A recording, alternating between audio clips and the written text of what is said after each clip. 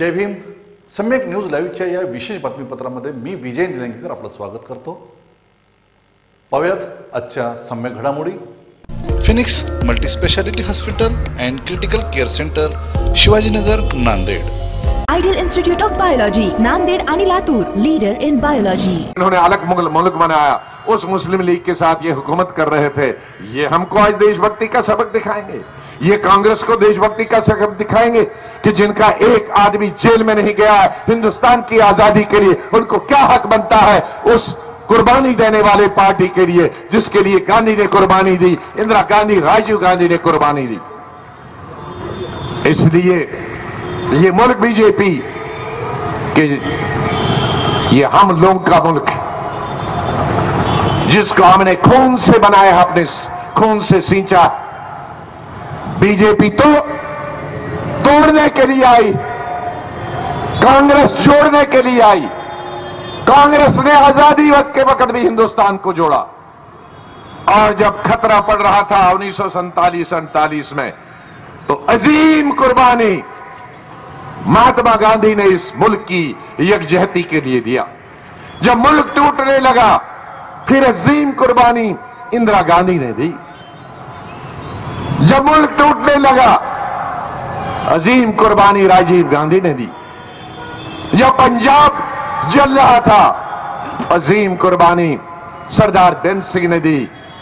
हमने मजहब और मिल्लत इस देश के लिए खून बहा. मुझे ये बताएं मोदी साहब, आपको मच्छर ने भी काटा है कभी हिंदुस्तान की आजादी के लिए? जो 24 घंटे लड़ाते रहते उन लोगों को अपने वोट के लिए, अपनी गद्दी के लिए, अपनी कुर्सी के लिए, माफ कर दो, हमको अपने रहम पर छोड़ दो. ये मत लड़ाओ हिंदू और मुसलमानों को अपनी कुर्सी के लिए, अपनी प्राइम मिनिस्टरशिप के लिए. बहुत हो गया. बड़े गलत वादे आपने किए, गुमराह हिंदुस्तान के लोगों को किया. पिछले इलेक्शन में गुमराह किया 15-15 लाख देने के लिए, एक चौनी किसी को नहीं दी. आपने किसानों को गुमराह किया कि जो लागत आती है खेती करने पर, चाहे वो कपास के बीज हो, चाहे वो ट्रैक्टर खरीदना हो, ट्यूबवेल से पानी निकालने के लिए बिजली लगती हो, चाहे वो पेस्टिसाइड हो, चाहे वो यूरिया हो, इंसेक्टिसाइड हो, फसल कटाई हो, ये आपको लागत मिलेगी और 50% ऊपर से आपको मुनाफा मिलेगा. वजीर आजम, आप इलेक्शन जीत गए, प्राइम मिनिस्टर बन गए, हिंदुस्तान को भी भूल गए. सुबह अगर नाश्ता हिंदुस्तान में करते थे तो रात का डिनर अमेरिका में करते थे. दूसरे दिन अगर आप सुबह का नाश्ता अमेरिका में करते थे तो दोपहर का खाना जापान में खाते थे, और अगर दोपहर का जापान में खाते थे तो बरितानिया में दूसरे दिन का खाना खाते थे. माननीय प्रधानमंत्री जी, आपने उन किसानों का कभी खाना खाया? ये 5 साल तो अमेरिका, बरतान, जापान और दुनिया भर के 75 देशों में ही आप उनका खाना खाते रहे, क्योंकि आपको अब हिंदुस्तानी बाजरा हाजम नहीं होता है. आपको ये दूसरे देशों का ही खाना हाजम हो जाता है, अमेरिका का, ओबामा के हाथ का, वो चीन के राष्ट्रपति का हाथ का. अब तुम्हें क्या मालूम बाजरा पैदा करने वाले से, आप तुमको क्या मालूम दाल पैदा करने वाले से? वो मर जाएं, आपका काम तो निकल गया. फिर लड़ाओगे पिछली दफा, फिर 5 प्राइम मिनिस्टर बनोगे, फिर लड़ाओगे. ये बकरे जो मिल गए हैं आपको लड़ाने के लिए, हिंदू और मुसलमान, इनकी लाशों पर चढ़कर आप घूमते करते जाओ और घूमते जाओ. इसलिए मेरे भाइयों, मेरे हिंदू भाइयों और मुसलमान भाइयों, मेरे ईसाई और सिख भाइयों, हम एक हैं. हमको दुनिया की कोई भी ताकत अपने इलेक्शन के लिए, अपनी मुफाद के लिए, अपनी कुर्सी के लिए तोड़ नहीं सकता. हम लोगों के सर अलग हो जाएंगे, लेकिन हिंदू भाई और मुसलमान भाई और सिख भाई, ईसाई भाई जुदा नहीं होंगे एक दूसरे से. आज इलेक्शन में फिर नए तमाशे. पिछले इलेक्शन में तो हो गया था 15 लाख किसान, और इतने किसान कभी हत्या नहीं हुई है, आत्महत्या कभी नहीं हुई है जितने मोदी साहब के वक्त में किसानों ने आत्महत्या की। बहनों के साथ, हमारी बहु बेटियों के साथ वादा, बेटी पढ़ाओ बेटी बचाओ। प्रधानमंत्री जी, आपको तो पार्लियामेंट का कुछ पता नहीं, न एक दुनिया के गिनीज बुक में आप जाओगे, न हिंदुस्तान में एक दफा प्रेस कॉन्फ्रेंस आपने 5 साल की, और न हिंदुस्तान में एक सवाल का भी प्रधानमंत्री ने जवाब दिया। ये दुनिया के पहले प्रधानमंत्री हैं कि जो अंदर बोलते नहीं और बाहर बोलना बंद नहीं करते। पार्लियामेंट के अंदर नहीं बोलते, पार्लियामेंट के अंदर एक साल में एक दफा लोकसभा में बोलते हैं और एक दफा राज्यसभा में बोलते हैं। जब राष्ट्रपति का अभिभाषण होता है, राष्ट्रपति जब बोलते हैं तो उनके धन्यवाद पर बोलते हैं। ये पहले प्राइम मिनिस्टर हैं कि विदेश जाने के बाद नेहरू से लेकर मनमोहन सिंह तक हर प्रधानमंत्री जब विदेश जाता था तो विदेश जाने के बाद उसे पार्लियामेंट में रिपोर्ट देनी होती थी कि मैं किस किस देश में गया और मैंने क्या क्या किया। ये हिंदुस्तान के नहीं, दुनिया के पहले प्रधानमंत्री हैं जो पूर्व सबसे ज्यादा घूमे और एक दफा भी पार्लियामेंट में ये नहीं बताया कि मैंने विदेश में जाकर भारत के लिए क्या किया। ये पहले प्रधानमंत्री हैं दुनिया के जिन्होंने अपने देश में एक दफा भी प्रेस कॉन्फ्रेंस नहीं की। ये पहले प्रधानमंत्री हैं जिनको लोकसभा में और राज्यसभा में जब सेशन होता है, पार्लियामेंट में जवाब देना होता है, पहले प्रधानमंत्री हैं कि 5 साल में एक दफा भी जवाब नहीं दिया। और ये पहले प्रधानमंत्री हैं जो सरपंच के इलेक्शन से लेकर पार्लियामेंट के इलेक्शन तक खुद ही इलेक्शन लड़ाते, खुद ही कैंपेन करते। तो मैं तो इनको इनके सामने बताता कि काश प्रधानमंत्री आप उसको बनाते जो हिंदुस्तान चलाते और अपनी पार्टी के कैंपेन कमेटी के चेयरमैन बनाते। आप तो काम अपनी पार्टी के कैंपेन कमेटी का चेयरमैन करते हैं और विदेश जाकर आप विदेश मंत्री का काम करते हैं। प्राइम मिनिस्टर हमें चाहिए, हमें कैंपेन कमेटी, बीजेपी की कैंपेन कमेटी का चेयरमैन नहीं चाहिए। हमें वो प्राइम मिनिस्टर चाहिए जिसको हमारे किसानों से जो छलकते आंसू हैं उसको उनके हाथ में और उनके पांव में जो छाले पड़ते हैं वो प्राइम मिनिस्टर चाहिए जिसको उसके छाले देखने के लिए फुर्सत हो। मुझे वो मासूम बच्चों की चाहिए जिनके 2 साल 3 साल 4 साल के वक्त में मोदी साहब जिनकी आबरू लुटी गई और उसका कत्ल हुआ हमारी बच्चों का, उनकी मांओं के आंसू सुनने वाला प्रधानमंत्री चाहिए। मुझे 24 घंटे दुनिया में घूमने वाला प्रधानमंत्री नहीं चाहिए। मुझे 24 घंटे अपनी पार्टी का कैंपेन करने वाला प्रधानमंत्री नहीं चाहिए। मेरी उन मासूम बहनों और बच्चियों का, वो हिंदू हो, सिख हो, मुसलमान हो, जिसकी फूल जैसी बच्ची की असमत दरी हुई हो, उसकी इज्जत लूटी गई हो, उसके आंसू पूछने वाला मुझे प्रधानमंत्री चाहिए।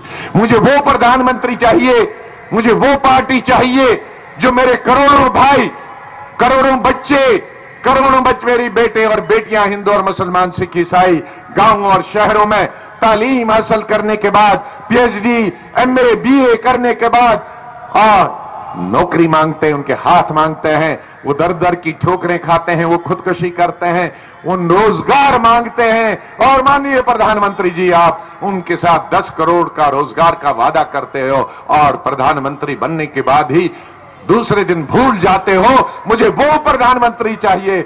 उन बच्चों को पूछा, तुम खाते क्या हो, तुम्हारे माता पिता क्या खाते हैं, तुम्हारे माता पिता ने तुम्हारे जमीन गिरवी रखकर तुम्हें पढ़ाया था, आज वो क्या खाते हैं, क्या करते हैं। मुझे वो प्रधानमंत्री चाहिए इस मुल्क का। मुझे वो प्रधानमंत्री नहीं चाहिए जिसकी दिन और रात विदेश में गुजरते हैं, जो दुनिया की जितनी स्याही जगहें हैं सियाहत की, टूरिज्म की, वो देखने 24 घंटे हिंदुस्तान के जहाज को इस्तेमाल करे, आपके और हमारे खून पसीने का इस्तेमाल करके वो दुनिया का टूरिस्ट ऑफिसर बने। वो वजीर आजम नहीं चाहिए। इसलिए मैं आपसे गुजारिश करना चाहता, मैंने शुरू में भी बताया, यह इलेक्शन हिंदू और मुसलमान का नहीं, यह इलेक्शन सिख और ईसाई का नहीं, यह इलेक्शन कांग्रेस और बीजेपी का भी नहीं, ये इलेक्शन दूसरी इलाकाई पार्टियों का भी नहीं, ये इस देश में लोकतंत्र बहाल हो, इस देश में जमहूरियत बहाल हो, इस देश में किसान को उसके काम करने के लिए उसको दाम मिले, किसान को जो अनाज पैदा करता है उसे मंडी में उसके पैसे मिले, उसको खाद सस्ती मिले। खाद पे जीएसटी लगा दिया, ट्रैक्टर पे जीएसटी लगा दिया, दवाइयों पे जीएसटी लगा दिया। मुझे वो सरकार चाहिए, वो प्रधानमंत्री चाहिए जो ट्रैक्टर सस्ते दे, जो खाद सस्ती दे, जो बीज सस्ती दे, जो पेस्टिसाइड सस्ती दे, जो ट्यूबवेल पे बिजली निकालने के लिए बिजली मुफ्त दे, ताकि मेरा किसान ज्यादा से ज्यादा अनाज पैदा करे और हिंदुस्तान में कोई भूखा न मरे, ताकि किसान की लागत सस्ती हो, वो अनाज भी पैदा करे, उसको दाम भी मिले और वो खुदकुशी करने पे मजबूर न हो। हमें एक ऐसी सरकार चाहिए, ऐसी पार्टी की सरकार चाहिए कि जहां हमारे नौजवानों के लिए रोजगार पैदा किए जाएं। इस सरकार ने नए रोजगार नहीं दिए, लेकिन यूपीए 1 और यूपीए 2 में सोनिया गांधी की लीडरशिप में, मनमोहन सिंह जी की लीडरशिप में जो छोटे और दरमियानी दर्जे के कारखाने बने थे हिंदुस्तान के अंदर, इनकी गलत पॉलिसियों की वजह से, मोदी साहब की गलत पॉलिसियों की वजह से, उसकी जीएसटी गलत लागू करने की वजह से, उसकी नोटबंदी गलत लगाने की वजह से 4 करोड़ 73 लाख रोजगार खत्म हो गए, क्योंकि कई हजार छोटे और दरमियानी दर्जे के जो फैक्ट्रियां थी, उद्योग थे, वो नोटबंदी और जीएसटी की वजह से बच गए, बंद हो गए, और उनमें 4 करोड़ 73 लाख लोग काम कर रहे थे, वो घर चले गए और उद्योग वाले भी घर बैठे। ये सरकार किसान विरोधी सरकार है, किसान दुश्मन सरकार है, इंसान दुश्मन सरकार है। ये किसान नौजवान विरोधी सरकार है, नौजवान दुश्मन सरकार है। इस सरकार ने वादे किए हमारी बहनों के साथ, पढ़ाई, बेटी पढ़ाओ बेटी बचाओ। हर साल गुज़िश्ता 5 सालों से हम पार्लियामेंट में बार बार याद दिला रहे हैं कि बच्चियों की तालीम के लिए, लड़कियों की शिक्षा के लिए जो केंद्रीय मंत्रालय में, मरकजी सरकार में जो महकमा एजुकेशन है, बराबर 20% पैसा लड़कियों के जो रखा गया है उनकी तालीम पर, वो खर्च नहीं हो रहा है। तो बेटी पढ़ाओ कैसे पढ़ेगी जब आप 20% पैसा ही नहीं खर्च कर रहे हो? और आपने कहा था बेटी बचाओ। मोदी साहब, आप तो दुनिया की सैर करते हैं, आपको मालूम है इस देश के 2 साल 3 साल 4 साल 5 साल 6 साल की मासूम बच्चों का भी बलात्कार हुआ, आपको कुछ मालूम है? आपने बेटियों को भी हमारी नहीं बचाया। आसपा से लेकर, जम्मू से लेकर कन्याकुमारी तक कितनी बच्चियां चली गईं।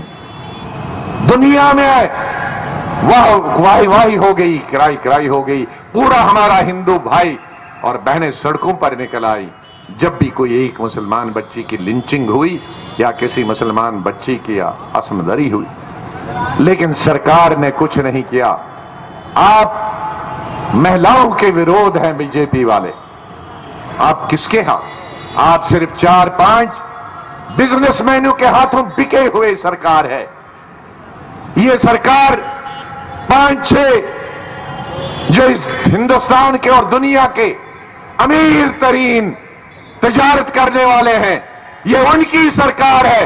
उनके लिए कानून बनाते हैं, ये किसानों के तहफ़्फ़ुज़ के लिए, ये किसानों के लिए, नौजवानों के रोजगार के लिए, औरतों की उनके लिए तहफ़्फ़ुज़ के लिए और उनकी तालीम के लिए कानून नहीं बनाएंगे। और अगर कोई कानून बनाएंगे भी तो हिंदू और मुसलमान को बीच में दीवारें खड़ी करने के लिए कानून बनाएंगे।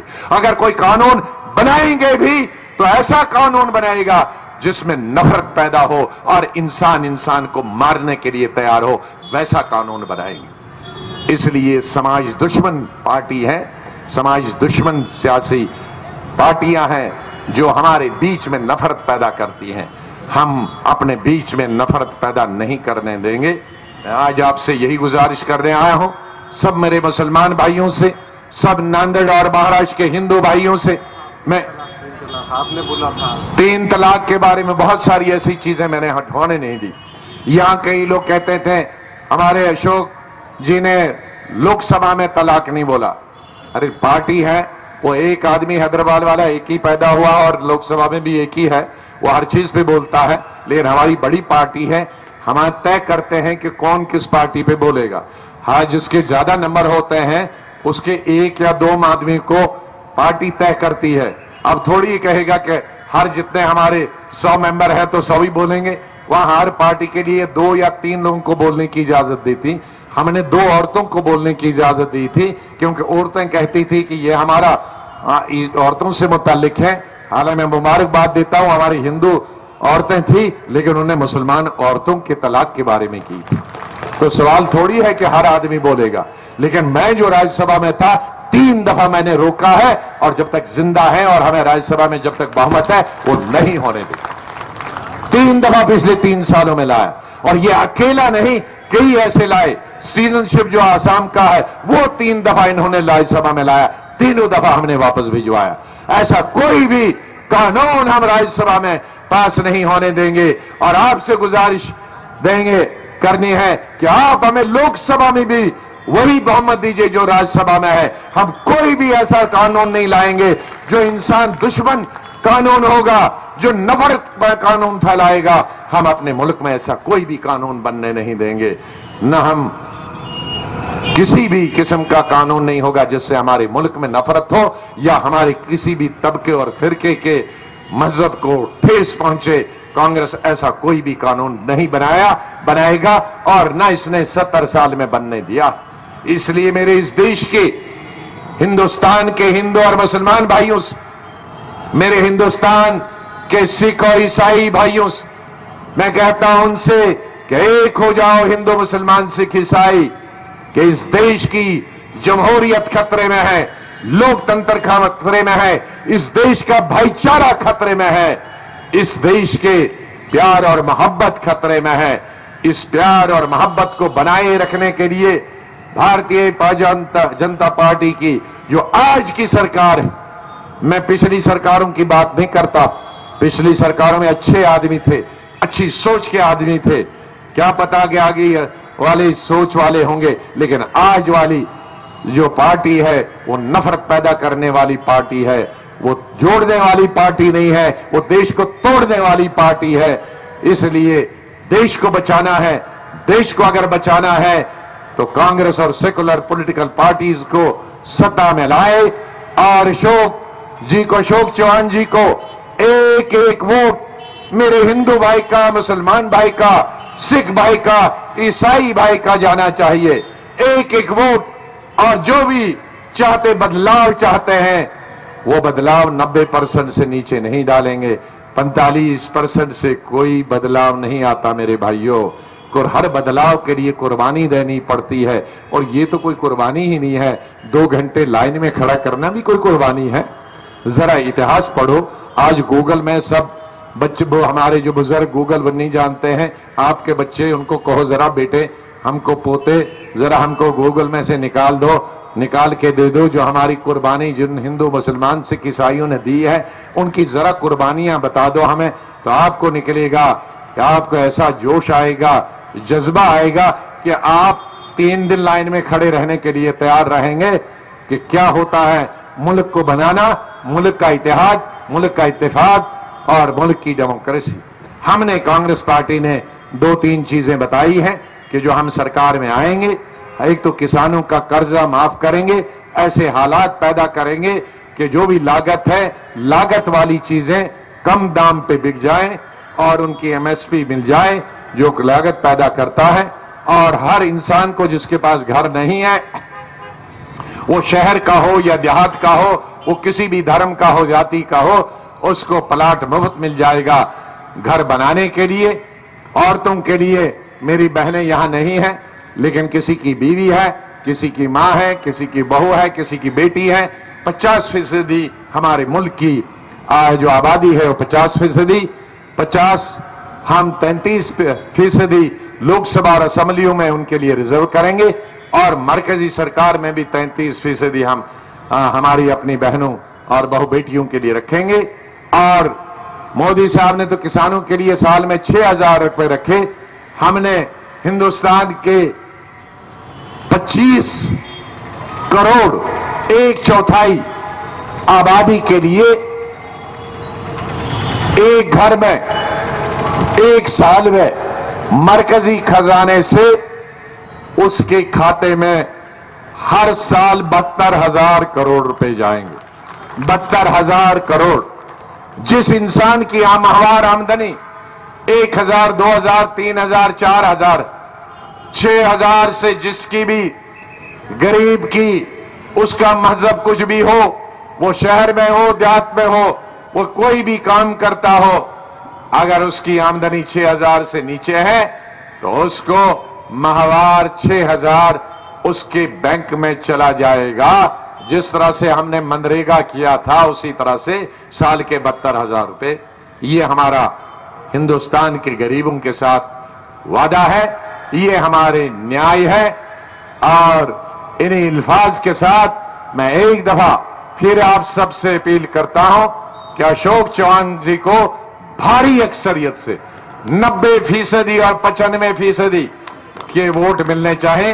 मैं दिल्ली से रिजल्ट के दिन देखूंगा कि इस शहर में कितने % किस पोलिंग स्टेशन से वोट मिले हैं। बहुत बहुत शुक्रिया। खुदा हाफिज। सलाम अलैकुम। जय हिंद। पाहत रहा सम्यक न्यूज लाईव्ह। बातमी पाहण्यासाठी यूट्यूबवर सबस्क्राईब करा,